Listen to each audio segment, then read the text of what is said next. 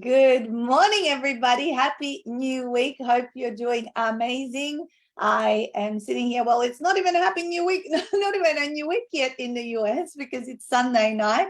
Over in Connecticut, we have got our newly published author, Katherine Metzger, who is, as you can see there behind her. I love that background. It's just so bright and sunny, isn't it? Thank you. Good evening, Katherine. Good day. Nice one. So, guys, as you can see behind Katherine, she has just written a book called Unapologetically You. That was a bit of a tongue twister. And she is an amazing coach that supports other people in unleashing their best self, which is the topic for conversation this morning. And but before we get stuck into all of that, let me give you guys a little bit of a brief intro of who Katherine is, and that way we'll get stuck into some of this. And apparently she's going to do something to me today. We're going to do some practical exercises where I've got to stand up and all that kind of stuff. So that'll be a lot of fun. I'm going to have my live also open. So if someone does have questions or comments and things like that, please post them up because I will be able to see them here on my screen. All right, so Katherine is an international life coach who helps people discover their true power by quieting the outside noise, tuning into their own values, and challenging their long-held beliefs. She's a certified life coach, high-performance coach, and elite mentorship trainer, founder of eLovated Live, and now published author of Unapologetically You, Empower Your Authentic Self and Get Excited About Your Life. She's passionate about helping raise global consciousness as she guides groups of like-minded peers through an intense online program that not only gives the tools and knowledge to transform, but creates a safe space to explore life's biggest topics and a loving community to support each other as these changes are being implemented. When she's not busy coaching clients, she loves to travel, read, watch movies, and go out dancing. She loves her simple New England life spent with close family, friends, her love Joe, and their two fur babies, two Maltese puppies, Zoe and Izzy, and a long-haired cat, Lumen. Awesome, Katherine. Well, amazing to get to know you a little bit. But let's go back, maybe rewind the clock. You know, we were talking just before we jumped on the live. When did we meet? And we worked out it was about 13 or 14 months ago, right? Mm-hmm. So how long before that had you been thinking about writing a book, or what was kind of the catalyst? Take me through that. Yeah. Well, you know, my story really began a little over a decade ago. My boyfriend at the time broke up with me shortly after asking me to spend the rest of my life with him. Wow. And we'd been together for about 5 years. And now, I don't know if you or anyone watching has ever dated a narcissist. No, not me, but I know many women who have. Yeah. So by the time the relationship ended, I had no self-esteem, no self-worth. I was one of those people that didn't have the emotional tools to cope or to deal with the breakup. So when the relationship fell apart, I fell apart. When the relationship ended, my identity ended with it. I didn't know how to deal, so I actually sank into a depression and even became suicidal. I just didn't know what to do with myself. I couldn't get out of bed. I didn't shower. I had to take multiple leaves from work, was having panic attacks.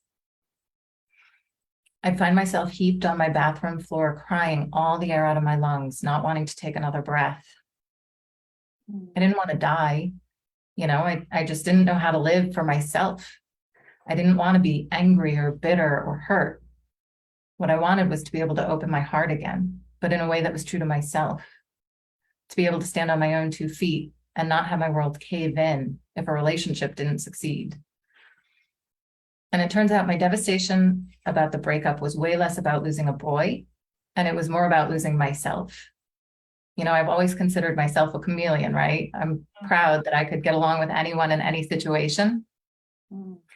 And it served me really well to a point, but when you tie your identity to external experiences, expectations, relationships, or what my peer Peter calls goop, the good opinion of other people, then your identity is really just as transient as a fleeting moment.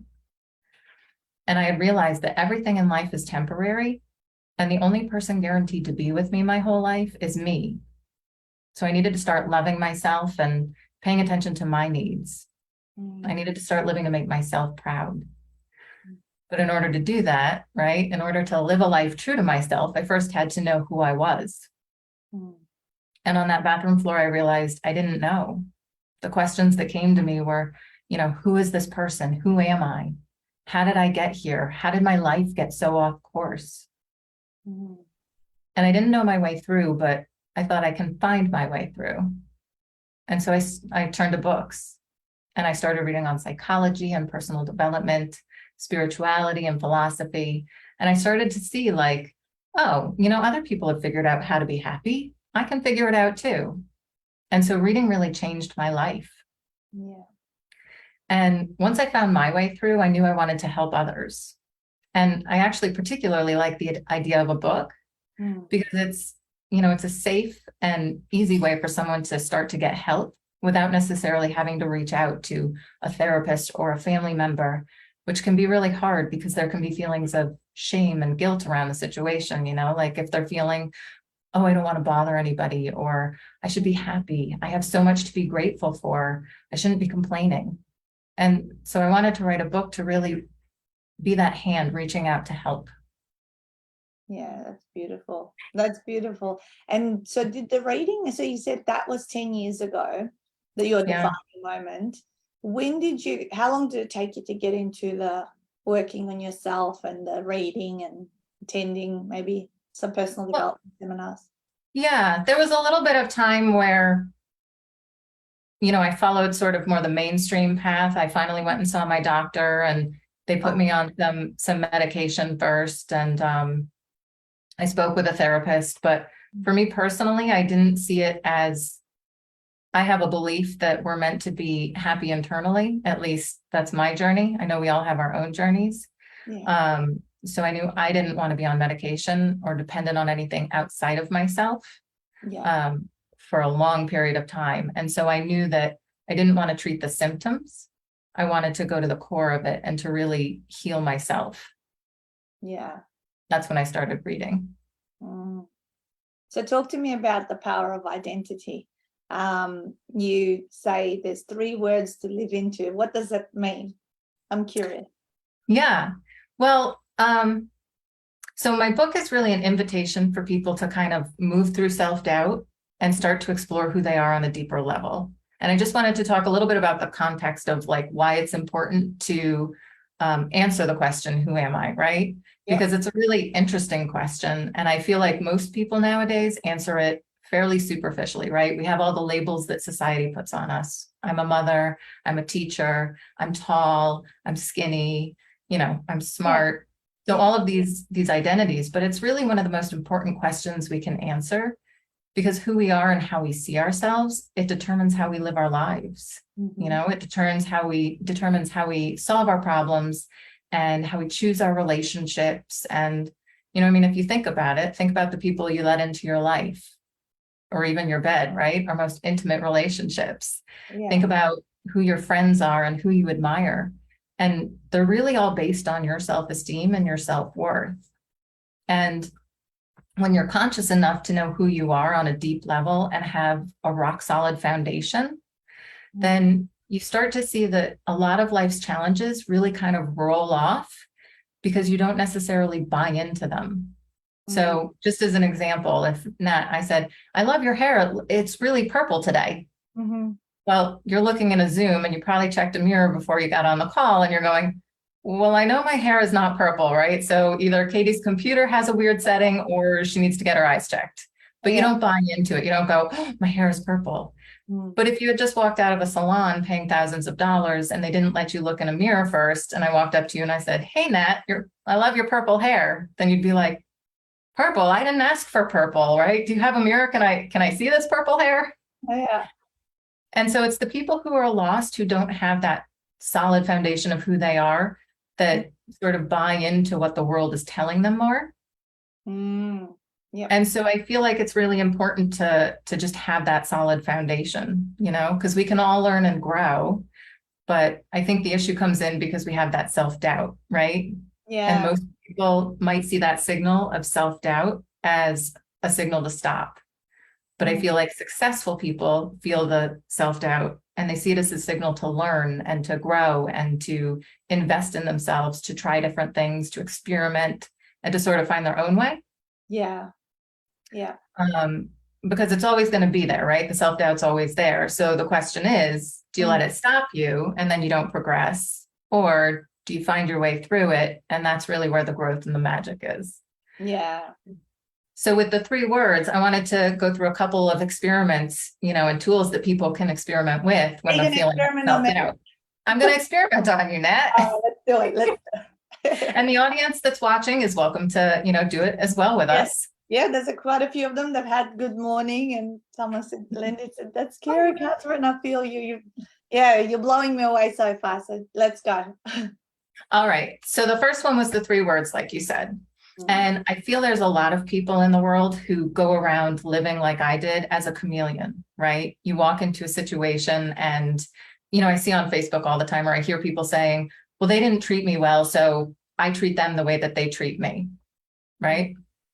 And my question to them would be, why are you going to give away your power like that? Right? Because the only person that we can control is ourselves. And the moment that we put the blame or the responsibility on someone else, we give away that power.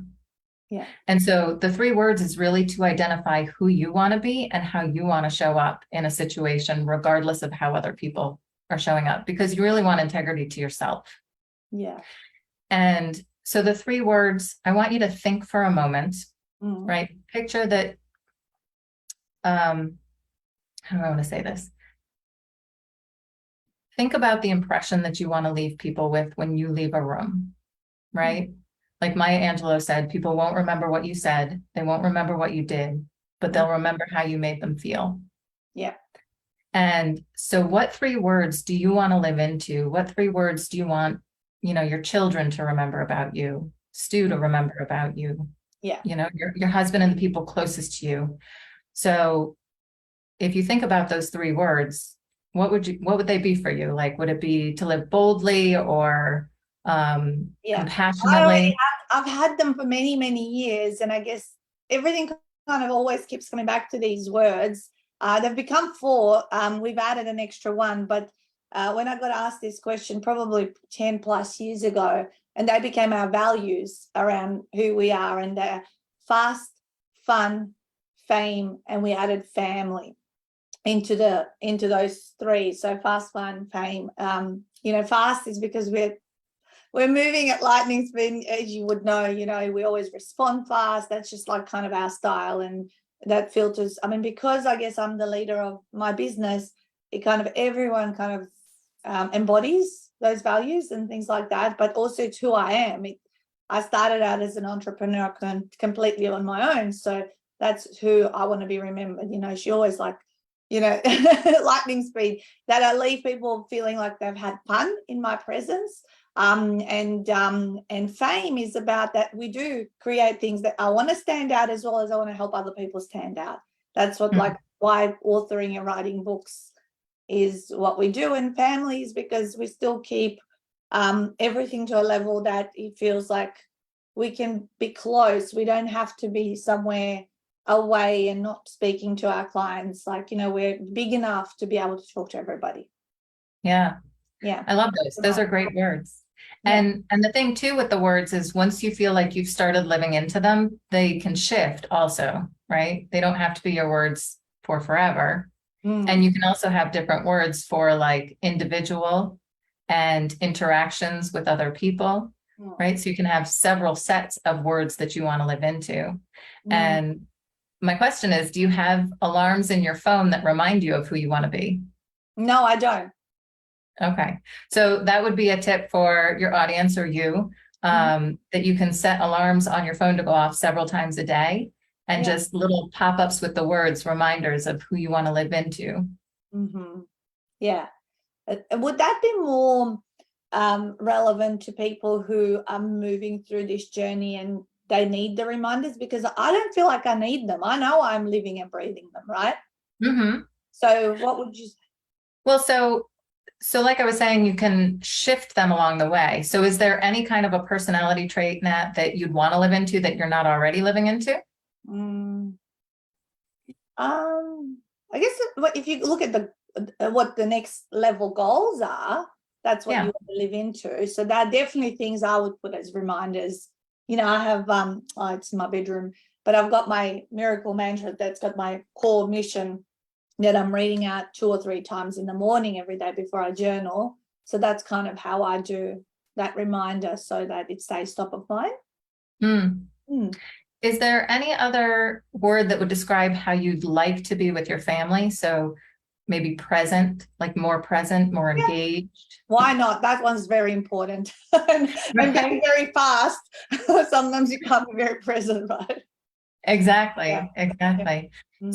So they can evolve over time, and it's really just what you want to live into. And then that reminder pops up and you're like, oh, wait, okay. So am I remembering to be present with my kids? Am I remembering to be present with my husband? Yeah, it's a good one. Yeah, very cool. Yeah. Well, you've got, how often do you have them pop up? I have them pop up 2 or 3 times a day. It depends. I kind of shift them. So once I start living into them more and I don't need the reminder quite as often. Yeah. And tell me, is it an alarm or is it a specific app that you use? I use an alarm, just a phone alarm. Don't need And anything you just fancy call for it it. that word. Yeah. Yep. You would just plug in the 3 words or 4 words in your case that you pick. Yeah. I love it. We were at a conference the other last week, and they had like this thing, the speaker was speaking, and there were 3 alarms, and which makes you get out of bed to do exercise, and each alarm was very much more stronger in the language as he went off if you kept snoozing them all. So that reminds me of that, and I know exactly how to set that up. All right, so how to gain certainty in uncertain times. Talk to me about that. Yes.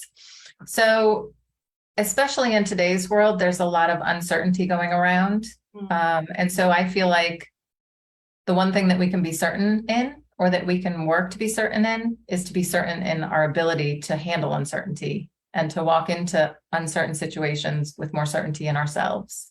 Yeah. And so the tool I want to walk you through right now, Nat, is called the release meditation. Yes. Let's do it. And everybody watching can go through it with us too. And so I'm going to have you go ahead and close your eyes and take a deep breath in through your nose and out through your mouth.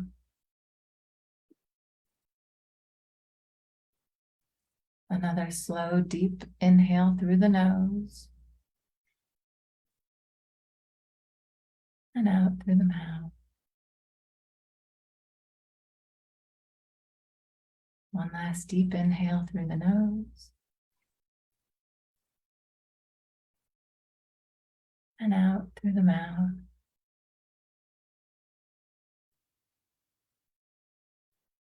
And now I want you to breathe normally, and in your mind, repeat the word release. Release.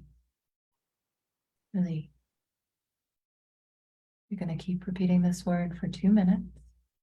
I'll watch the clock and let you know when it's time to stop. But just keep repeating. Release. Release. Release.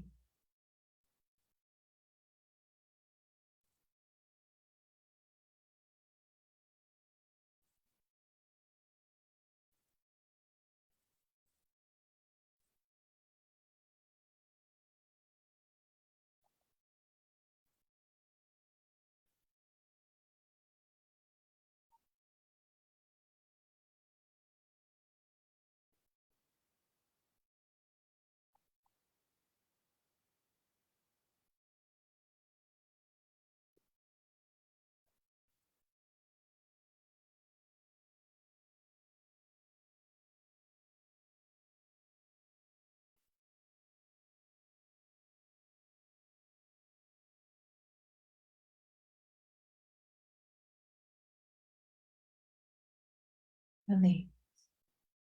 Release. Release. Go ahead and bring your awareness back into your body. And when you're ready, you can gently open your eyes. How do you feel? Released. Relax. Release and relax. And I really only did like a minute and a half, but it probably felt really long, It right? did, because I know we were on the interview. Yeah, no. But so I feel like everybody or most people feel like you need a good 10, 15, 20 minutes to meditate, but really it can be done in just a minute or two. Yeah. And so I really promote doing this as transformation shift sort of between going from one situation to another, right? So when you're coming home from work and you have all that work stress energy, then you can just take that moment in your car to do a release meditation before you go into to greet your family. Or if you're a busy mother and all you get is a moment in the bathroom, Yeah. you can do a release meditation. Yeah. And then once you've released the energy from the previous situation, then you can set the intention for the energy that you want to bring into the next situation.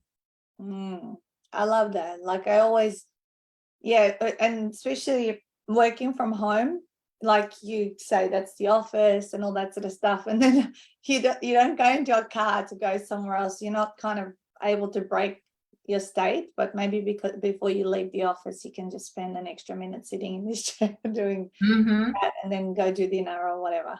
Yeah. Yeah. Good. And you can use your doors as what's called a door trigger. And so when you walk through a door, use that as a trigger to be like, okay, I'm entering this new space. What energy do I want to bring? Nice. Beautiful. All right. What else have you got for me? I love these practical tips. I love the one thing that I always love when I read a book or hear a speaker is like, what can I take away to implement in my life? And that's really cool. All right. Yeah. I'm next the same way. Sometimes with all of their explanation to convince you that it's going to work, I'm like, okay, I get it. It's going to work. What's the tip? Get me there. Yeah. I love it. So I can do it. All right. And then the third one, I don't know if anybody's seen from Tony Robbins, but this one I'm going to have you stand up, Nat, if you can. I'm going to adjust my desk now to stand up mode. Yeah. All right. What's this one going to do? This one is about your beliefs, right? Because our beliefs really help to set that intention, and they sort of determine how we act, right? How we experience things internally and how our actions come out externally. And so they're so important.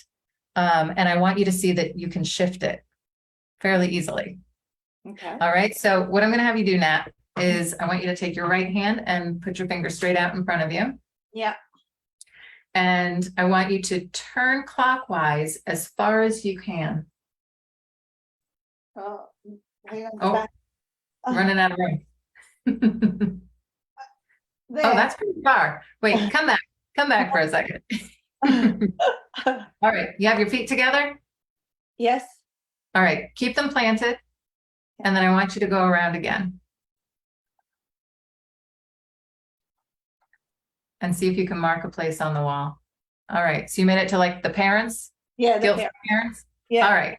So close your eyes. And then you're going to stand still. You don't have to actually do this. You're just going to do it mentally. I want you to picture yourself turning around with your arm out clockwise again. And this time I want you to picture going all the way around. Think of it as a game. Like turning, like past the parents thing, yeah? Past the parents, turning all the way around. Okay, yep. And then come back to the front. Keep your eyes closed. Come back to, yep. And then again, just in your mind, yeah. You're going to turn all the way around again, clockwise. And this time you go all the way to the front, facing the camera again. Okay, yeah. All right. And then go ahead and spin all the way back. Now I want you to open your eyes. Yeah. And I want you to try spinning clockwise again. Am I doing? Put your arm out and then spin clockwise as far as you can. So I went further. But I'm not, yeah? Yeah. You went quite a bit further. Yeah, past that. Like past the parents. Past the parents and past the one next to it too. So you went, I think average people go about 25% further just from doing that visualization and then believing that they can go further. And And this is the power of visualization, right? You want something Yep. to happen, you imagine it, you play it out in your mind. And you feel it is important. Yeah. Yeah. Very cool. And then the other thing about beliefs, because we have empowering beliefs and we have disempowering beliefs. And so for the disempowering beliefs, a couple of things that people can think about. The first thing is you have to become aware of it, right? Mm. And you can be sitting back down if you want. You don't have to stand. Sure. Okay. So the first thing is to become aware of it. So think of a place in your life where something is not working and something is more of a struggle for you. Right. And then start to identify the beliefs behind it. Mm-hmm. And then what you can do is you want to start to question them. So you can ask yourself things like, okay, well, why do I believe that? And try and figure out where that originally came from. Mm-hmm. And you can ask yourself, is that still serving me at this point? Because things shift and change as we grow. Yeah. And then you can also ask yourself, how much is this belief costing me? Right? Because you're probably holding yourself back by having this limiting belief. And so how much is it costing you? And once you start to look at that, then the desire to change it increases. And you can also question, is it true? Or is it just something that I'm choosing to believe? And then the last thing I would question is, is it serving me? Is there a secondary gain that I'm getting from having this belief? Those are really good questions, guys. I hope you write them down. Well, if not, watch the recording. Yes. And put them all down. Or get Catherine's book, because it's all probably in there, neatly organized for you. I love that. The people have been saying, yeah, love it, thank you. Great information. I'm sure there's going to be other comments. They're probably all doing all the stuff they've got in comment and all that. That's wonderful, Katherine. Thank you so much. That was really, really practical and insightful. I mean, I've heard these things many times before. Like, I've heard many people talk about this, but you have a special way of like really making it land. So I can't wait to see what unfolds for you. I definitely am a believer in, because we can write down all the knowledge that we want and we end up with an expensive notebook.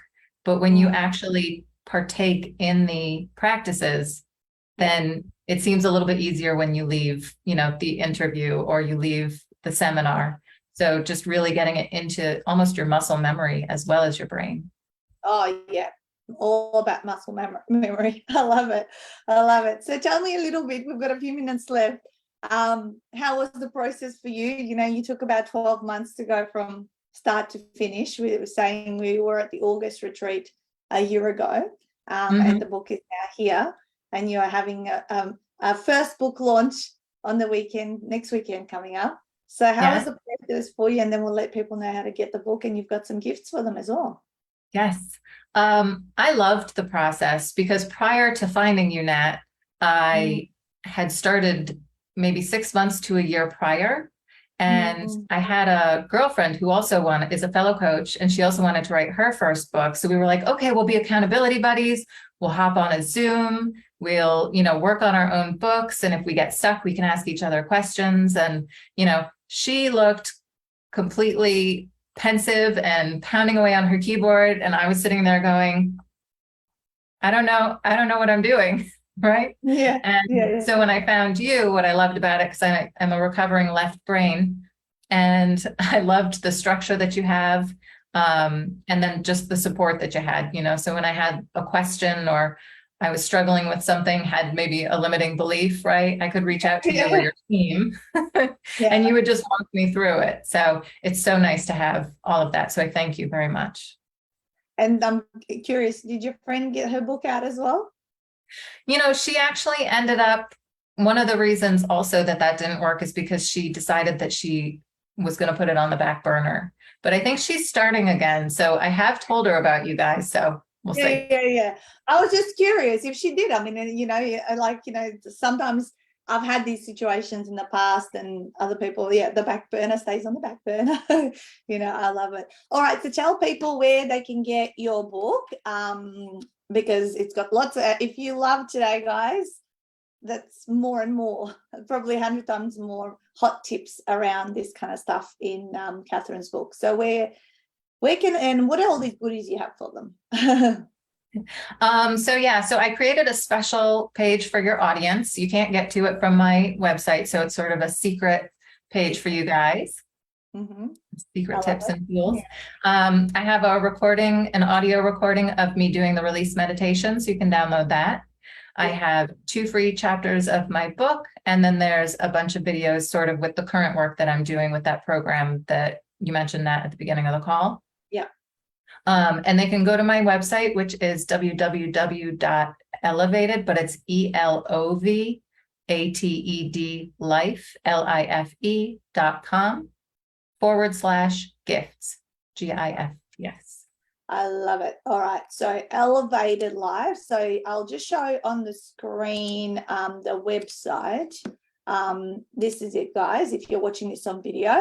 So eLovated, that's how elevated is spelled. And so it's elevatedlife.com/gifts. So I'm guessing, Katherine, let me do it on here. So go to the secret page now. Yeah, let's go to the secret page, you guys. So people who are watching this on video can see it. So I've just added gift or gifts, did you say? Gifts. Sorry. Gift with an S. Yeah. I misspelled that. Let's have a look. All right, there it is. Beautiful. So there's the books on there. Download the release meditations on there, guys. I think you need to, something's happened to your video. So go fix it. Go fix it. And there's some other bits and pieces here. So just go grab a copy of those things. Do it, read some of the stuff. And if you love it, just get the whole book. I'm sure Katherine has it on her website directly, or all the good online reseller stores will have it there as well. So Unapologetically You is the book. Thank you so much, Katherine. I really appreciate it. It's been wonderful. I'm going to practice release meditation. I've got a million things I've got to shift and pivot between today, being Monday, setting up the whole week. You have a good rest of Sunday evening. Thank you. Have a wonderful week. I'd love to catch up with you in 6 or 12 months to see where everything's at, like, what you're doing, and because it's just literally launched. So can't wait to see what the future for unfolds for you. Yes. Thank you so much, Nat. All right. See you guys. Have an awesome day. And remember to smash it out. Bye.